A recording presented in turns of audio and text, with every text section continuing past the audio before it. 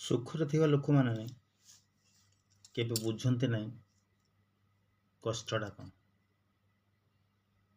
କିଏ କେତେ କଷ୍ଟ କରିକି କ'ଣ କରୁଛି, କେତେ କଷ୍ଟ କରିକି ସେ ଜାଗାରୁ ଏ ଜାଗାକୁ ଆସିଛି, ସେମାନେ କେହି ବୁଝିପାରିବେନି।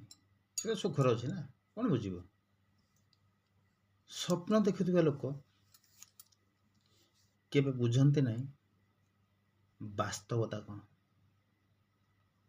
ସ୍ୱପ୍ନ ତ ଦେଖୁଛି ସିଏ ନା, କିନ୍ତୁ ପ୍ରକୃତ ବାସ୍ତବତା କେଉଁଠି ସେ କେମିତି ଜାଣିବ। ସେ କେବେ ବି ବୁଝିପାରିବ ନାହିଁ। ଆଉ ସ୍ୱାର୍ଥପର ଲୋକମାନେ ବୁଝନ୍ତି ନାହିଁ ସମ୍ପର୍କ କ'ଣ। ସମ୍ପର୍କ ଏମିତି ଏକ ନିବିଡ଼ ସମ୍ପର୍କ, ସେଟା ସବୁ କିଛି ଅନ୍ତର ଠାରୁ ନେଇ ସବୁ କିଛି ପରିବର୍ତ୍ତନ କରିଦେଇପାରେ। ଆଉ ସମ୍ପର୍କଟା ଠିକ୍ ଭାବରେ ହେବା ଦରକାର।